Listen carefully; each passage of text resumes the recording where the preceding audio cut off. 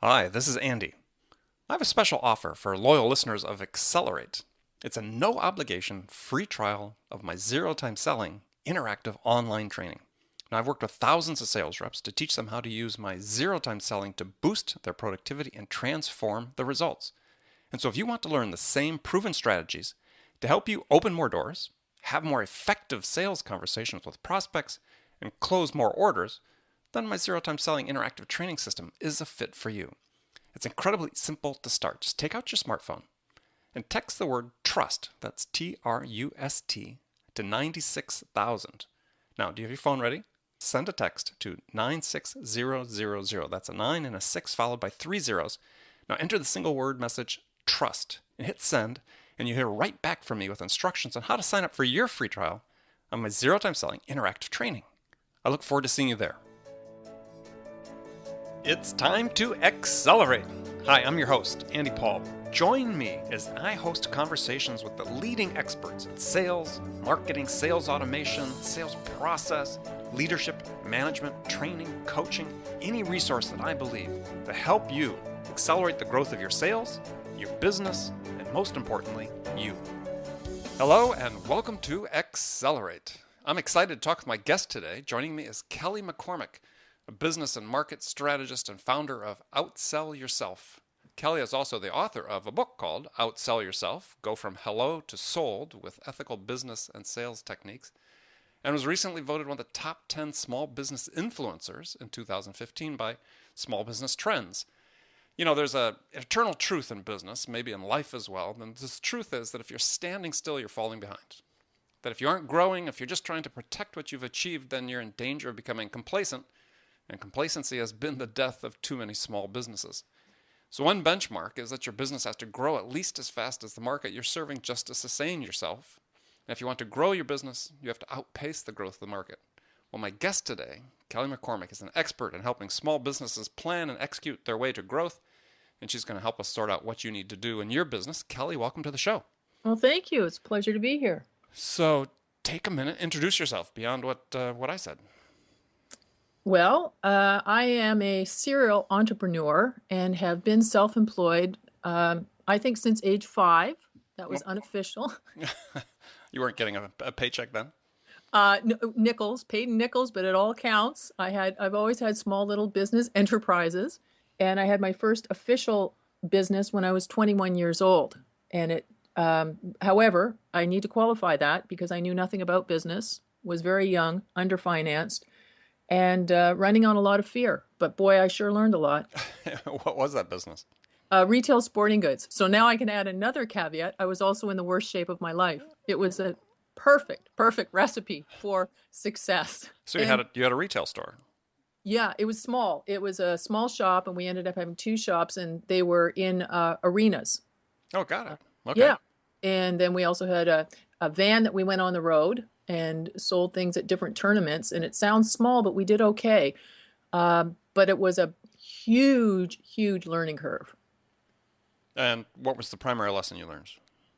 Actually, I learned a few lessons because prior to that, I'd gone to college and studied social work. And in that, it was psychology, sociology, communication skills, and it was all about people. I was saying, well, what does this have to do with business? But I discovered it has a lot to do with business. And again, as I mentioned, I was running on fear. So one of the things I did was in the town where I lived, I went to business people and just said, help, can you teach me about business? I mean, I was young and naive enough that I didn't know that maybe that wouldn't have been a cool thing to do. And I didn't know it was called networking, right, and mentoring. I had no clue. I was just scared. And what I learned from the people that I thought were really successful in my mind was that they were also very humble and they parked their ego at the door. And they were masters at asking questions of customers and making decisions based on what people really wanted. And of course, now we call it market research. And by the way, this is pre-internet, so I know I'm dating myself yet again, and it's in that other century we had a little while ago. The most immediate predecessor. Yes. Yeah, yes. yeah, okay. Yeah, that other time. But that was a real eye-opener for me, that we can get confused with what we think the market wants versus what they're asking for. And it was quite a life lesson to learn to get out of my own way and ask a lot of questions. Mm-hmm. Mm-hmm. And I So, think, sorry, go well, ahead. what happened to that business? Oh, we sold it after 6.5 years. I went into early retirement, which was in my mother's backyard for about 6 months, to which she said, yeah, enough, go on, do something else. And I said, oh, okay. Now, this is my early market research. I'm pulling back all the curtains now. And so I went around and I asked people, is there anything you've seen me do that you think I'm good at? And when you ask a question like that, you have to be prepared for any type of answer because you're really setting yourself up. But what I kept hearing was, well, you're really good at business and you know how to talk to people. I thought, well, that's wonderful, but how do I make a career out of it? So I became very good at asking questions, and I asked questions like, where would somebody use skills like this? And I literally networked my way into business training programs and started to teach other entrepreneurs the lessons learned that I had learned. Mm-hmm. And then from that, I went on to teach consultants how to start businesses, run businesses. And the real focus for me was on marketing because I got it and I understood it. It just became innate for me. And then that eventually transitioned into this business. Interesting. Mm-hmm. Very cool. So what are the biggest obstacles that you see that stand in the way of most small business owners or entrepreneurs when it comes to growing their business? I think we get too close to our own business and we lose perspective. And the biggest challenge that I have seen in the past and I'm really seeing today is that as people's skill set, as a business, as your skill set grows, you start to be able to offer more solutions to people. And now my market is typically small to mid-sized businesses that are service oriented. Mm-hmm. And as we know, so as we get more skill sets and more that we can offer, people have a hard time being able to describe what it is they do. Because again, they're just too close to it and they're focusing on the solutions instead of what people really want to buy. And I know this sounds basic, but the thing is that most people don't know that what you have is what they need. And today, they just don't. And so people, because we get so myopic about our own business, so we're so, I provide this service, I provide that service, I'm in financial planning or it's IT, blah, blah, blah. But that's not what people are looking for when they're doing Google searches. They're typing in, how do I fix the people problem in my company? How do I fix my computer? How do I boom, boom? Or where do I find? And what I'm discovering is that more than ever, for small businesses, you really need to bring in an objective outsider to help you sort out and be able to describe what it is you do in languaging that really resonates with your customer. And that translates into everything from what's on your website to how you introduce yourself at a networking event to even when you ask for referrals. Like I got a client right now who called me because they said, you know what, we've been doing great work and we've been asking customers for referrals and they're going, we'd love to, but we don't know how to describe what you do. And none of your marketing materials really explain it well either. Yeah, and it's your responsibility if you're asking for a referral to be able to describe what it is you do, obviously, right? It is, but unfortunately, we're too close to our own business. And most people, you're so busy, especially small to mid-size, you're in the trenches, you're doing the work, that's a whole other skill set, is being able to really look at it from the customer's point of view. Well, all right, so, we had a little bit of a, I know, as a consultant myself, I think it's a great idea to bring in somebody from the outside to do that. But how do people really begin to self-assess the situation, saying, look, we really need this help in me identifying those areas because. Yeah. And I should preface, you don't always have to bring somebody in. So let me preface that. It can be helpful. And sometimes bringing somebody in from the outside is talking to your customers. But here are the things that people really need to answer. Well, and let's hold on for a second because we want to get to that. But I think you made a key point. Great. Hire a consultant if there's somebody you trust that could help you with that. But it could be you have an advisor to the company. It could be you have a mentor. It could be, as you said, a customer that you bring in to help you. But somebody that's not in your company per se is find that trusted source you can use to help you gain some perspective. Absolutely. Absolutely. Because And there's one thing I tell people, it's kind of to do the Aunt Sally test. And what I mean by that is because most of us, if you ask your immediate family to describe what you do, they can't describe it.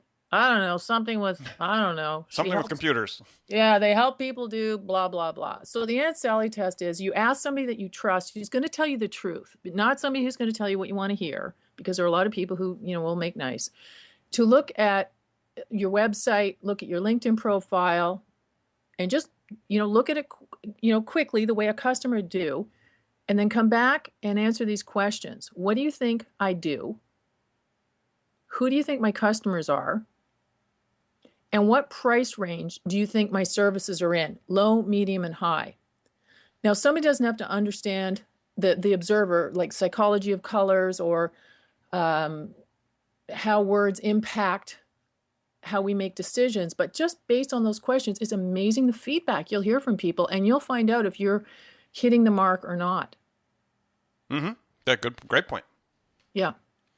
All right, so what's the first step then once they've done this assessment? They brought somebody in from the outside, help them sort of define what it is that they do and who they do it to. Right.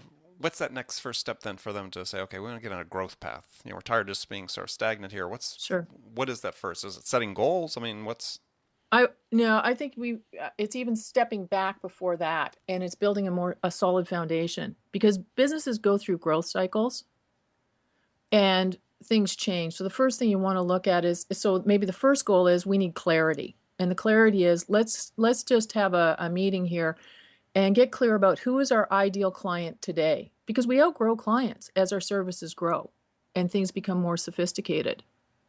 So who is the ideal client? And where I notice that people get tripped up is they'll say something like, well, I'm small to mid-sized business. I used to focus on entrepreneurs, but now my skills are more advanced and I'm going into the small to mid-sized market. And so I'm focusing on CEOs. So then they might write their marketing material geared towards what they think is a professional level. But what they don't realize is they could be alienating that person. So even if you say it's going to be a CEO, then you've got to get into that person's headset and where are they coming from? And one of the questions I'll ask, and these are the same questions you can ask yourself, is, okay, how busy is that person? And typically you'll hear they're very busy. Okay, so are they going to be able to read sentences that are a paragraph long in your marketing stuff? Or are you going to lose their attention? Mm-hmm. Okay, are they going to, the language that you're writing in, are they familiar with your industry and your industry lingo? 9 out of 10 times, no. But you see, the person thinking, well, I've got to sound this professional because I'm dealing with other professionals, but they're missing the mark. And so then we get into, okay, so why do you think they're coming to you? And it inevitably comes down to very simplistic problems. And it doesn't matter what the industry is. Something isn't working, something needs to be fixed, and I don't know what's going on. Mm-hmm. Mm-hmm. So then it becomes, okay, so now let's look at all of our solutions. So let's find out, and all that is, and you just have to go back and say, okay, when somebody called or talked to us, what was the initial problem that they had us come in and fix? Because usually something else is revealed once you get in there. And once you can figure out what the initial problem is and say, okay, so what are the solutions that we have? And you start to match them up. So you can take all your solutions lists, and for each one you go, so what? What problem? What does it fix? What does it solve? And that's really what you're writing about in your marketing materials, what becomes the content for your conversations, when you ask for referrals, and you could do a referral sheet to people. These are the key trigger things that you'd hear somebody would say they'd have a problem with this, this, and this. Because remember, not everybody knows that what you have is what they need. Well, and the key aspect of that, though, really is focus, right? It's, one of the problems I see with small business clients is that they have sort of the fear of missing out syndrome. So instead of more tightly defining their niche around what they're really good at and the value that they bring to customers, is they try to hedge their bets. And so then everything starts getting a little squishy in terms of their focus and their marketing plans and their sales plans. Are you talking about the trying to be all things to all people syndrome? Well, yeah. I mean, I said I call it the fear of missing out syndrome, but it's they hate to preclude any option because somebody may call us and want this, and even though they're not in your ideal customer profile. Yeah, and one of the things, and I get it, and I see that a lot too, and especially because markets are crowded and we think we have to be all things. And I also think that that's happening more now because our solutions are becoming more complex and more of us are solving more problems for people. But if you lead with that, you'll freak people out. And the Yeah, reality is that if experts get paid because you're an expert in a niche area, right. and that's where you've got to find out, okay, so what's the real pain point of the person who's coming to you? The solutions you provide could be under the umbrella of that, but you've really got to identify the pain point. Exactly. That's that one thing that's really going to draw Yeah. them in. Yeah. Yeah, and you talked about that in a blog post that you posted called about the law of attraction. Yes. So why don't you explain briefly how you use the law of attraction to help define your ideal customer profile? Sure. Well, it's pretty simple. Like attracts like. And I know people say, well, that sounds pretty out there and woo woo. But the reality is, if you think about your own life and the people that you hang out with, typically they are people, if you like them, of course, they're people that you have similar interests or hobbies. You might go to the same groups or the same clubs. I mean, that's what we do. Like attracts like. And it's the same with your clients. So in marketing, you want to really, and this gets back to, so who are you really selling? So we go back to that CEO. They're busy. They may not know about my industry, but they know about their problems that they have. So if like attracts like, I need to write everything that I put out there, even how my look and feel of my website is geared towards their issues and how they would search and what they would be looking for and what they would be attracted to. Because yes, there's lots of competition, but people go to specific vendors because it meets specific needs. And that's where you need to really understand your customer and what motivates them and what they're looking for. And then you make sure that everything you have, from your tagline to, and even the languages, even the sentence lengths that you use. Are they busy people? Make things short. Like attracts like. Mm-hmm. Mm-hmm. Yeah, So, I have a different way of saying the same thing, which is sure. another take that people have on the law of attraction, which is that positive perceptions produce positive results. Yes.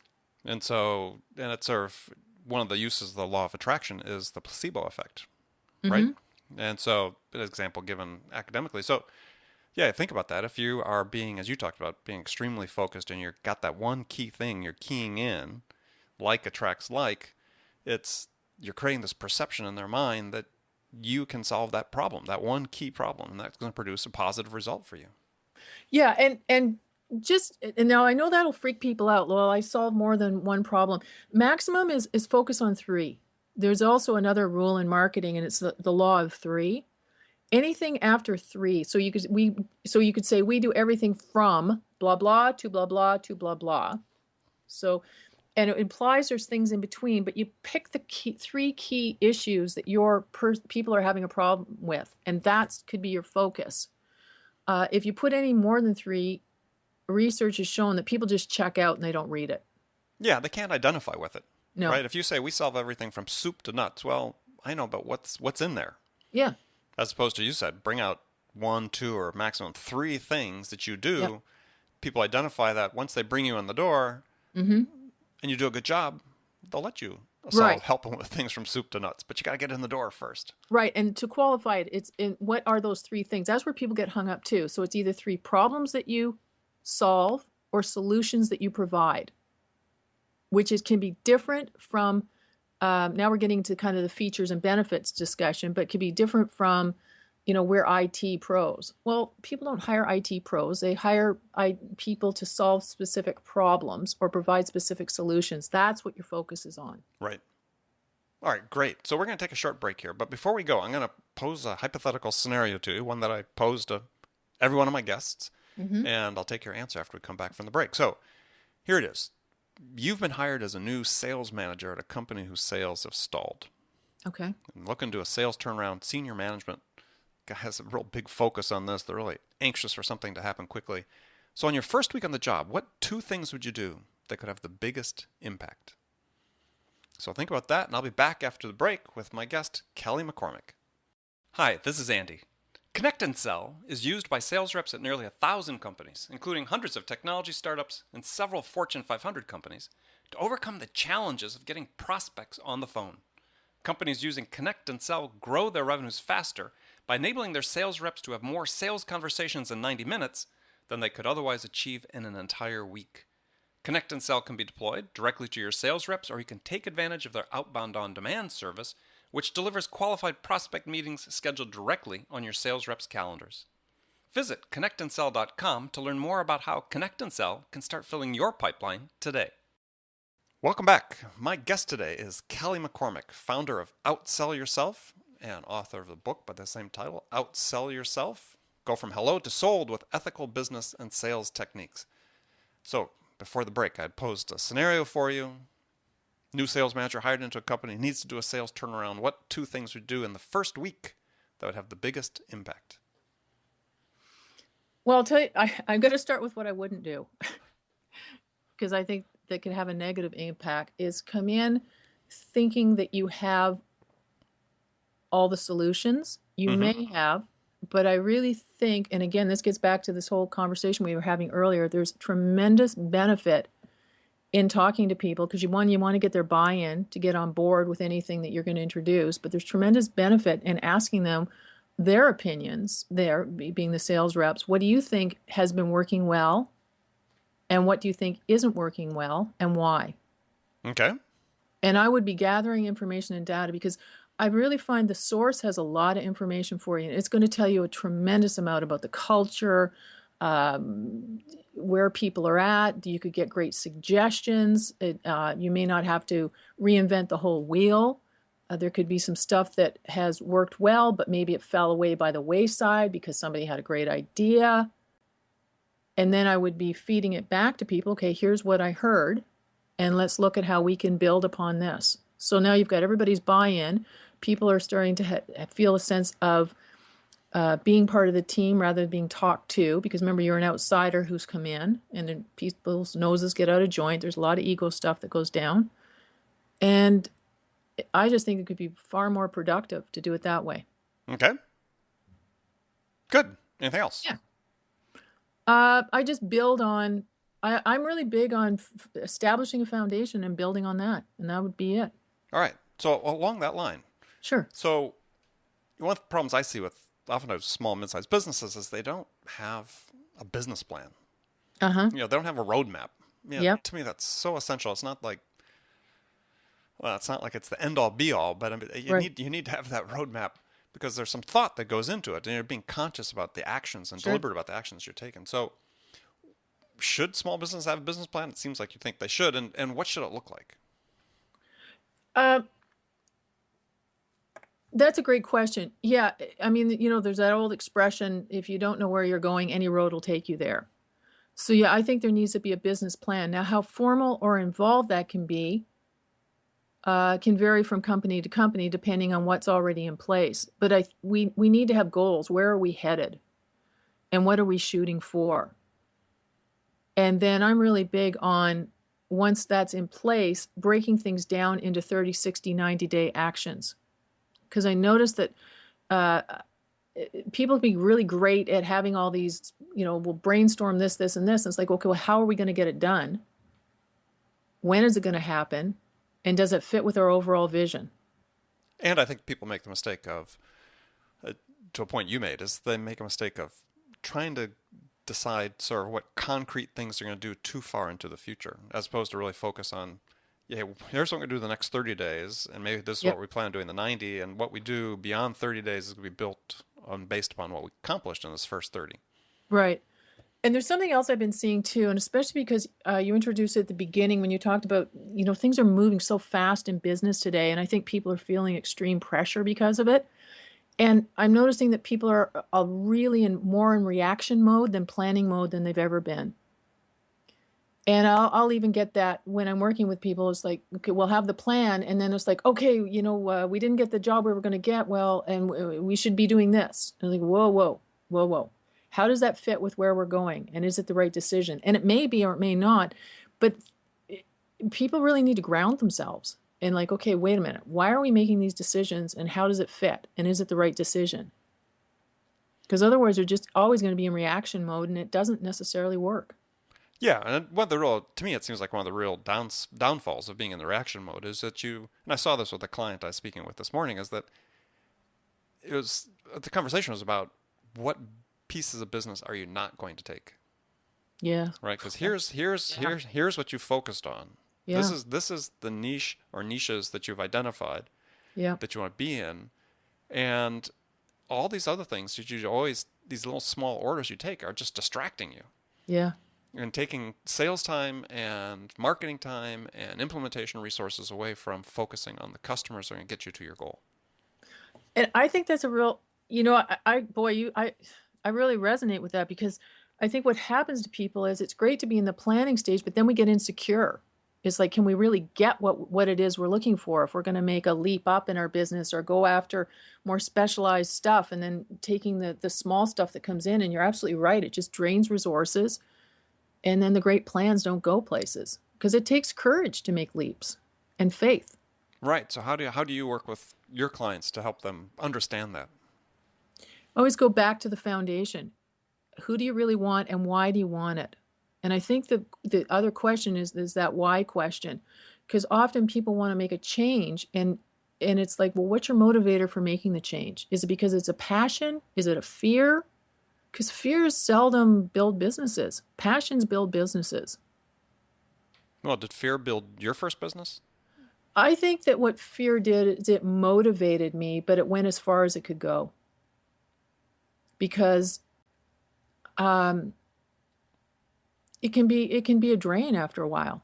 It can be an absolute drain of time, energy, and resources. And I think it becomes just like the hamster wheel. Well, yeah, you have to be. Yeah. Someone said you have to be running towards something, not away from it. Yeah, and I think at a certain point it was like, okay, we've gone as far as we can go, and I've got to do things differently. And I think part of that also was my age, because with experience becomes, you start to get a track record of knowing that, okay, it worked before, I have to have faith and know that this will work again. But when you don't have that, I think it's like, oh my goodness. Well, okay. I mean, so sort of taking it back to the planning part a little bit is that, you're an expert in marketing strategies, or you do a lot of your work in marketing strategies. Yeah. It seems like, again, small enterprises have a hard time balancing their investment between marketing and sales. Yes. So how do they do that? How do they decide what is that right balance, right? Because oftentimes, and some of it's, I know it's personality driven. Some entrepreneurs are just more comfortable with marketing, and the thought of making a sales call drives them crazy, or other times they're really good salespeople, but rely exclusively on cold calling or something to do lead gen instead of investing appropriately in marketing to help with that. I think there's two triggers that happen for people to kind of make that decision. One is, and I might have alluded to this, but it's that state where people get into where, okay, the stuff we did in the past isn't working. We're not getting the referral business that we were getting. We're not getting the repeat business. Something has to change, and we have to do something differently. And they may not know that it's marketing. It may just be something has to change. Mm-hmm. Mm-hmm. And that often becomes a trigger. And so then, but you don't just run out and do the marketing. You have to step back, and that's all the stuff we talked about up front of like, okay, so who are we marketing to? What is it that they need? What is the languaging that they would use? So then it goes back to that. So that's one motivator to make a decision, but sometimes it doesn't become we have to market. It's just something has to change because we're not getting business. Mm-hmm. The other trigger point that I've noticed for marketing, well, there's one, it could be event driven, because somebody's maybe going to be doing promoting something. So that's kind of a given. But the other one is when a business is going to take it to the next level. And that's what we talked about before, especially if it's services, where if you're doing your job right and you continue to learn and you're continuing to hone your own skills, it gets to a point where you can offer them to a different level of clientele. And that's when it becomes, okay, now we have to look at how do we market this? And marketing has two steps, really. It's putting the foundation in place where the message is consistent in everything on your website, your LinkedIn profile, and that translates into how you describe stuff, and then what you even talk about in sales conversations with people and what you focus on. Mm-hmm. Mm-hmm. So that's how marketing dovetails even into sales. Right. Very interesting. Well, cool. Well, we're gonna move to the last segment of our show, Ready? where we have some rapid fire questions for you. You can give me Okay. one word answers, or you can elaborate as you wish. Okay. Are you ready? I hope so. So, what's the Okay. most powerful sales tool in your arsenal? Listening. Name one tool you use for sales or sales management that you can't live without. One tool. First thing that came to mind is LinkedIn. Okay. That's how you prospect for new customers? And it's also how I research customers. I learn a lot about them. It's how I connect with people, and it's also how people find me. One of the ways that people find me. Okay. So, who's your sales role model? Wow. Huh. Okay. The first name that came, which I was kind of surprised me, is Oprah. And it's like, well, why would Oprah be a sales role model? Actually, you're not the first one to say that. Go ahead. Yeah. And kudos to her because she's really, really tapped into uh, understanding what people need and want. And when she hasn't, she's admitted it. And when she's done that and done it well, she's been extremely successful. And she also knows about surrounding herself with other experts to help her get to where she is. I mean, she's got a tremendously brilliant business model. Yeah. And again, that's fueled by passion, which gets back to that question of, is it fueled by fear or passion? Yeah, in the long run, passion is a better motivator. Huge. Yeah. Unless the fear is you don't have enough money to feed yourself, then fear can be good to get you to a certain point, but at some point that has to be guided by passion. For sure. So, what's the one book that you'd recommend every one of your clients read? I don't have a book title. I think it's more of whatever your problem is at the time, focus on that and don't get off kilter thinking it's everything else. Trust your own instincts on what it is you need to learn and seek out that book. Okay. And do it constantly or continuously, right? Is always be reading something. I'm always, yeah, I'm a big proponent of learning on the go. It's huge. Got it. All right, next one is a really hard question. So, what's your favorite music to listen to sort of pump yourself up for an important meeting? Okay, so when I had the business in my 20s, it probably would have been some head banging, adrenaline pumping. I can do anything kind of music. And I've now learned to put on mellow music to ground myself because I find that the best strategy for me is to be grounded and focused and set an intention even before the call of, okay, what is my intention for this call and what do I want to get out of it? So that and that's really, I guess that goes back to the thing about, should you have a plan? I even plan in those little increments. Yeah, very good. Yeah. So, what's the first sales activity you do every day?